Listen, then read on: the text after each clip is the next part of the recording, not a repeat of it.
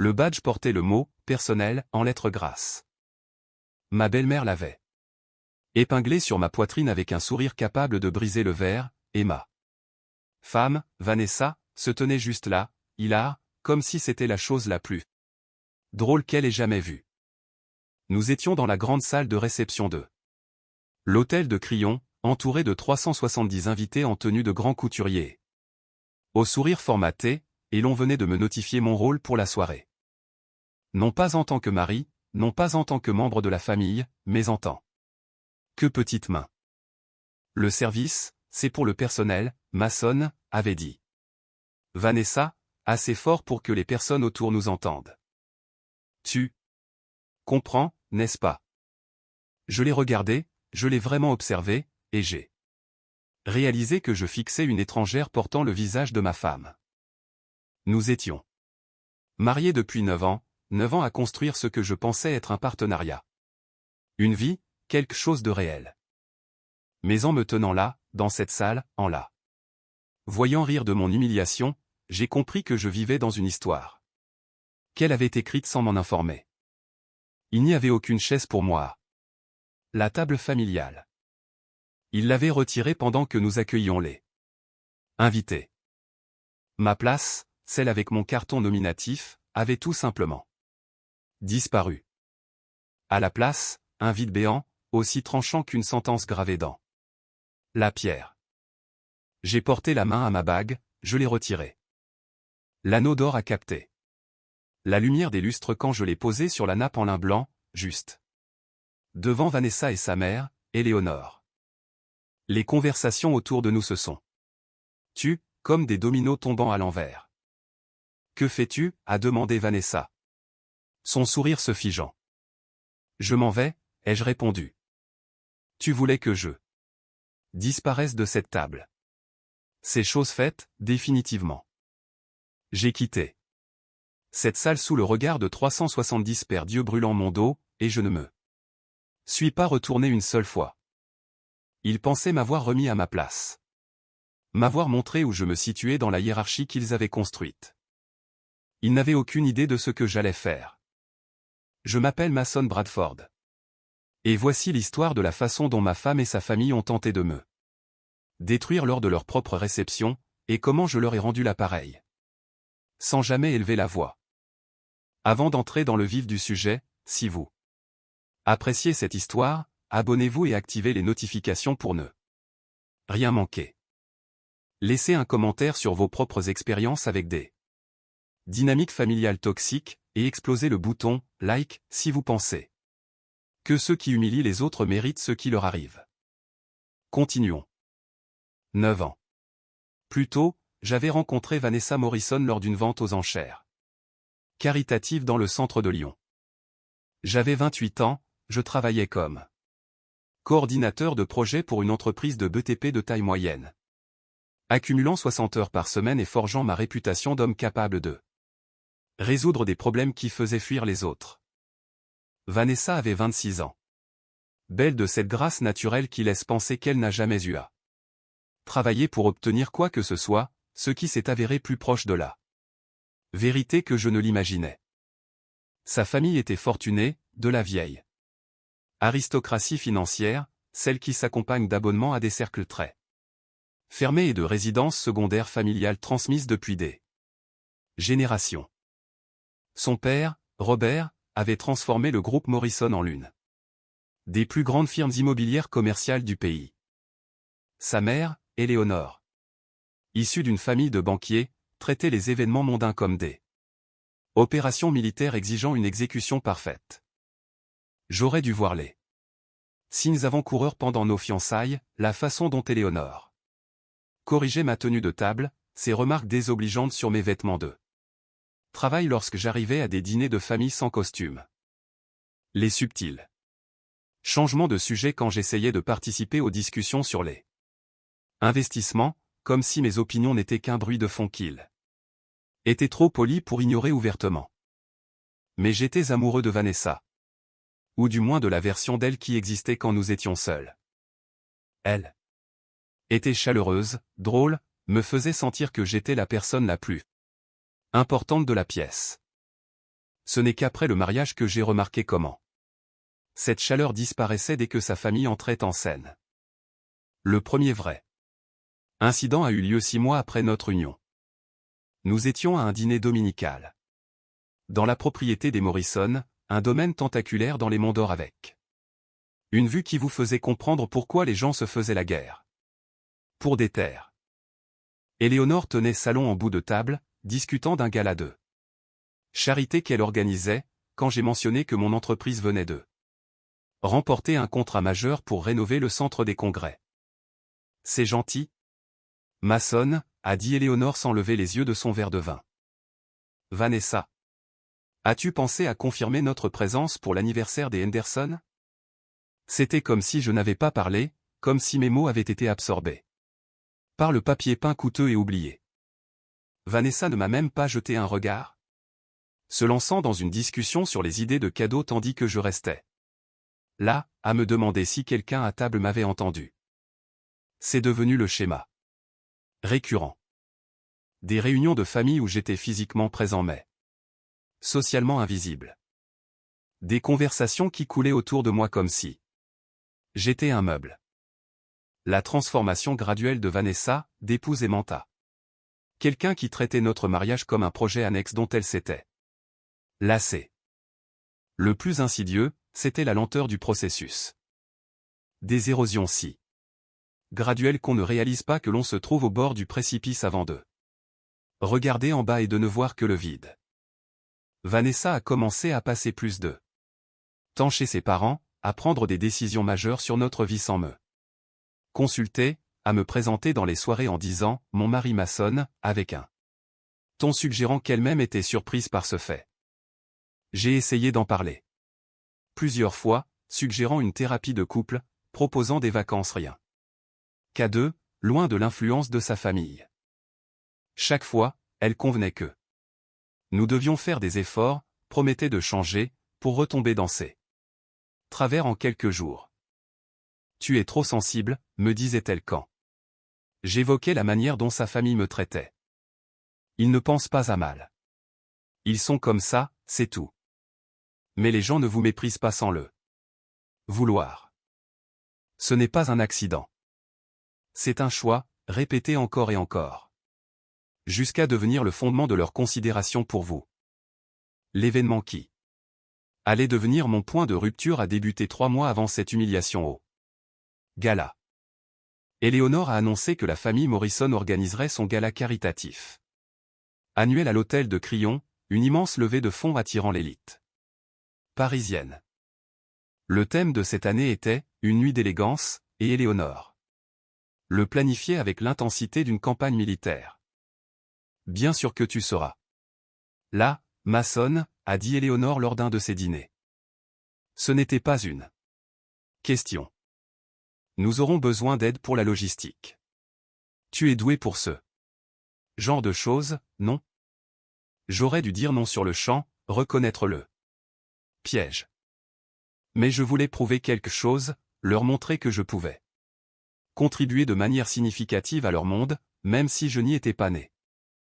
Je serais ravi d'aider, ai-je dit. Vanessa a serré ma main sous la table, et je l'ai pris pour du soutien. Avec le recul, je réalise qu'elle était probablement juste soulagée que j'ai accepté sans résistance.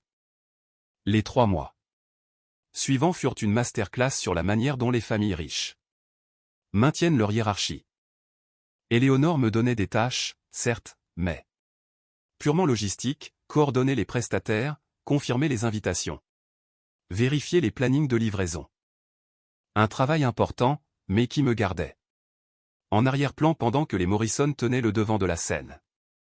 Je ne me suis pas plaint. J'ai fait le travail efficacement, résolvant les crises avant qu'elles n'éclatent, pensant gagner le respect par ma compétence. En réalité, je ne faisais que renforcer leur croyance que mon rôle était d'être leur personnel de soutien. Le matin du gala, je me suis réveillé tôt et j'ai enfilé le smoking que Vanessa m'avait aidé à choisir. Nous étions allés faire les boutiques ensemble, un des rares moments récents où elle semblait réellement engagée avec moi en tant que partenaire. Le smoking était parfait, me donnait l'air d'appartenir à ce monde. Tu es élégant, a dit Vanessa en ajustant mon nœud papillon dans le miroir. Tu es magnifique, ai-je répondu, et je le pensais vraiment. Elle portait une robe bleu nuit qui coûtait probablement plus cher que ma première voiture. Ses cheveux relevés mettaient en valeur les boucles d'oreilles en diamant offertes par son père. Un instant, en nous regardant dans le reflet, j'ai cru que les choses pourraient s'améliorer. J'aurais dû mieux savoir. Nous sommes arrivés à l'hôtel 2 heures avant le début. La salle était déjà transformée, cristaux, soie et lumière stratégique donnant l'aspect d'un magazine de luxe. Éléonore dirigeait les préparatifs comme un général passant ses troupes en revue. Mason, bien, tu es là, a-t-elle dit. Sans préambule. Les badges viennent d'arriver. Peux-tu les trier par table? J'ai passé l'heure suivante à organiser des centaines de cartons pendant que les Morrison circulait dans la salle, acceptant les compliments. De temps en temps, Vanessa me jetait un regard indéchiffrable. Excusable? Gêné? C'était trop fugace. C'est là qu'Éléonore m'a approché avec ce badge. Mason? A-t-elle dit avec ce ton que les gens riches utilisent quand ils vont porter un coup tout en l'appelant une faveur. Nous avons eu un souci avec le plan de table, des changements de dernière minute. Elle a pressé le badge sur ma poitrine, et j'ai lu « personnel ». Le mot, en lettres capitales, impossible à mal interpréter. Autour de nous, les conversations s'éteignaient. Vanessa se tenait à quelques mètres, observant, ne bougeant pas, n'intervenant pas, juste regardant. C'est une erreur, j'imagine, ai-je dit, gardant une voix égale. Malgré la colère qui montait. Aucune erreur, a répondu Éléonore avec un sourire faussement compatissant. Nous avions besoin de quelqu'un pour coordonner le personnel de l'hôtel. Tu as été si utile pour la logistique, cela semblait naturel. Vanessa s'est alors approchée, et une seconde, j'ai cru qu'elle allait me défendre. Au lieu de cela, elle a ri. Elle a vraiment ri. Comme si sa mère venait de raconter une blague drôle plutôt que de rétrograder publiquement son mari. Le service, c'est pour le personnel, Mason, a-t-elle dit, projetant sa voix pour que les invités entendent. Tu comprends, n'est-ce pas? Je l'ai regardé, et quelque chose en moi a basculé. Ce n'était pas une erreur, ni un malentendu. C'était une humiliation intentionnelle, administrée par ma femme et sa mère devant des centaines de personnes représentant leur monde social. La table où je devais m'asseoir était visible. Mon nom avait disparu, remplacé par quelqu'un d'autre. Quelqu'un qui appartenait à leur milieu. C'est là que tout s'est cristallisé avec une clarté brutale. Je n'étais pas le partenaire de Vanessa. J'étais son projet, le garçon d'origine modeste qu'elle avait introduit dans son monde pour se prouver quelque chose. Et maintenant que la nouveauté s'était dissipée, on me réaffectait à ma juste place. J'ai retiré mon alliance. Le mouvement était simple, mécanique, mais j'ai eu l'impression de briser une chaîne dont j'ignorais l'existence. L'anneau d'or a atterri sur la nappe avec un son cristallin qui a résonné dans le silence. Soudain. Que fais-tu? A demandé Vanessa, son sourire défaillant. Je m'en vais, ai-je dit. Tu voulais que je disparaisse de cette table. C'est fait? Pour toujours. Je n'ai pas attendu sa réponse. Pas de scène, pas de discours dramatique. Je me suis tourné vers la sortie, mais pas assuré sur le marbre. Tandis que 370 invités regardaient, choqués. Derrière moi, j'ai entendu Éléonore chuchoter vivement à Vanessa, et ma femme rire nerveusement, il fait son mélodrame. Il va se calmer et revenir. Mais je ne reviendrai pas. Pas dans cette salle, pas dans cette famille, et pas dans un mariage bâti sur ma volonté d'accepter moins que ce que je méritais. J'ai quitté l'hôtel pour le parking où Mon utilitaire côtoyait les BMW et Mercedes. Le contraste ne m'avait jamais dérangé avant. Maintenant, c'était la preuve de ce que j'aurais dû voir depuis des années. Je suis rentré dans la maison que Vanessa et moi avions achetée. Un modeste pavillon dans un quartier correct que sa famille n'avait jamais vraiment approuvé. Trop petit. Trop ordinaire. Pour la première fois en 9 ans, j'ai vu cette maison avec lucidité. J'ai vu comment le goût de Vanessa avait pris le dessus, comment l'esthétique de sa famille avait infecté chaque pièce jusqu'à ce que rien ne me ressemble plus. Les tableaux étaient choisis par Éléonore. Les meubles provenaient de boutiques partenaires de Robert. J'avais été effacé de ma propre vie si progressivement que je ne l'avais pas remarqué. J'ai ouvert mon ordinateur et j'ai commencé à lister les faits. Actifs, dettes, options. Juridiques, calendrier de séparation. J'ai travaillé toute la nuit, élaborant une stratégie avec l'approche méthodique d'un chef de chantier. À l'aube, j'avais un plan. Vanessa est rentrée vers 2 heures du matin, c'est pas incertain. Elle s'est arrêtée devant mon bureau, mais n'a pas frappé. Le lendemain, elle m'a trouvé en cuisine, déjà prêt pour le travail. On doit parler de la nuit dernière, a-t-elle dit, se servant un café comme s'il s'agissait d'une banale dispute. Non, ai-je répondu. Nous ne parlerons pas. Elle a cligné des yeux, décontenancée. Maçonne, tu m'as humilié devant tout le monde. Tu ne peux pas simplement quitter un gala comme ça. Regarde-moi faire, ai-je dit en prenant ma sacoche. Je dépose le divorce cette semaine. Mon avocat contactera le tien. Sa tasse est restée suspendue. Tu n'es pas sérieux. Je le suis. Totalement. J'ai passé 9 ans traité comme un accessoire. Ce mariage est terminé. Maçonne, tu exagères. Maman ne pensait pas à mal pour le badge. Je l'ai regardé, vraiment regardé, et j'ai vu le calcul dans ses yeux. Elle n'était pas désolée de l'acte, mais du fait que j'ai perturbé son récit confortable. Une humiliation intentionnelle, une démonstration publique de la façon dont ta famille me perçoit, que tu as validé par ton rire et ton silence. Vanessa a posé sa tasse avec un calme forcé. Tu es dramatique. Non, ai-je dit en allant vers la porte. Je suis lucide. Pour la première fois, je vois la situation telle qu'elle est, j'ai été marié à quelqu'un qui valorise plus l'approbation de sa famille que ses vœux de mariage. Je l'ai laissé là et je suis parti travailler. Mon patron a immédiatement remarqué que quelque chose avait changé. Ça va, Bradford, m'a-t-il demandé dans le couloir. En fait, ai-je répondu, je vais mieux que je ne l'ai été depuis des années. Et je le pensais. Le poids que je portais, l'effort constant pour m'intégrer, s'était envolé dès que j'avais enlevé cette bague. Le divorce fut étonnamment rapide une fois que j'ai fait comprendre que je ne voulais rien d'autre qu'une séparation nette. Je n'ai pas demandé de pension, je n'ai pas réclamé une part de leur fortune. Je voulais juste ma liberté et mon respect. Vanessa et sa famille s'attendaient à un combat, à ce que je supplie. Quand ils ont vu que je gérais les papiers avec une efficacité clinique, cela les a plus déconcertés qu'une confrontation.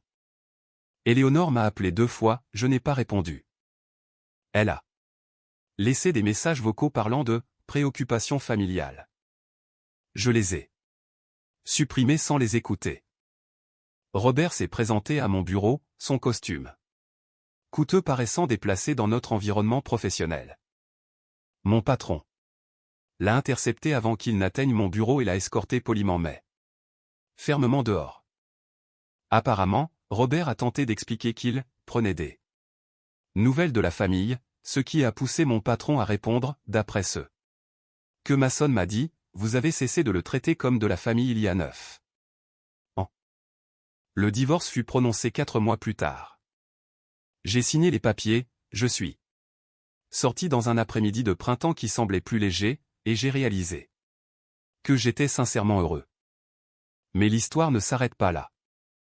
Parce que s'il n'avait pas fini de vouloir contrôler le récit de mon échec, moi, je ne me laisserai pas faire.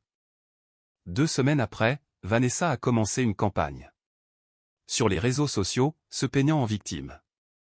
Photos de mariage, légendes sur les promesses brisées. Des implications subtiles sur mon incapacité à gérer le niveau de vie de la famille. Leurs amis se sont ralliés à elle, propageant le mythe que j'étais instable et incapable d'apprécier ma chance. Pendant un temps, j'ai ignoré cela. Jusqu'à ce qu'un ancien client m'appelle, inquiet de ma fiabilité à cause de ce qui se disait. C'est là que j'ai compris que leur récit commençait à affecter ma carrière. J'ai donc fait quelque chose que j'avais évité. J'ai écrit le récit complet de cette nuit à l'hôtel, chaque détail, du badge au rire de ma femme. Je l'ai publié sur les réseaux sociaux. Sans fioriture, juste les faits. La réponse fut immédiate. En 24 heures, le post avait été partagé des milliers de fois. Des gens que je ne connaissais pas ont commenté leurs propres histoires d'humiliation familiale. Les amis des Morrison ont tenté de défendre Vanessa et Eleanor, mais leurs excuses sonnaient creux. Les médias locaux ont repris l'histoire. Soudain, les Morrison n'étaient plus les victimes. Ils étaient ces élites fortunées qui humiliaient un gendre modeste par pur divertissement. L'œuvre caritative d'Eleanor a fait l'objet d'un examen minutieux. Le public a commencé à questionner si sa philanthropie était sincère ou juste un outil social. La famille Morrison est devenue silencieuse.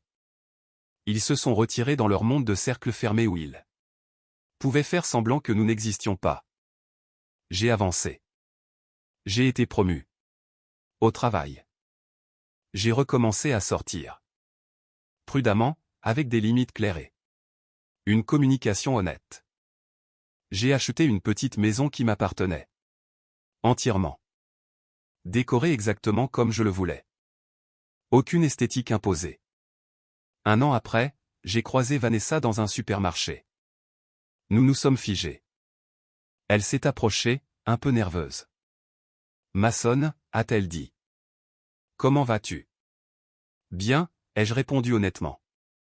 Vraiment bien. J'ai vu ta promotion sur LinkedIn. Félicitations. Merci. Elle a hésité, voulant dire quelque chose. Est-ce que tu penses à ce qui est arrivé? À nous? Parfois. Ai-je admis. Mais surtout, je pense à ce que j'en ai appris. C'est-à-dire? Que certaines personnes ne vous respecteront que si vous êtes capable de partir quand elles ne le font pas. Vanessa a voulu répondre. Mais je l'avais déjà dépassé, continuant dans le rayon avec mon chariot et ma vie reconstruite.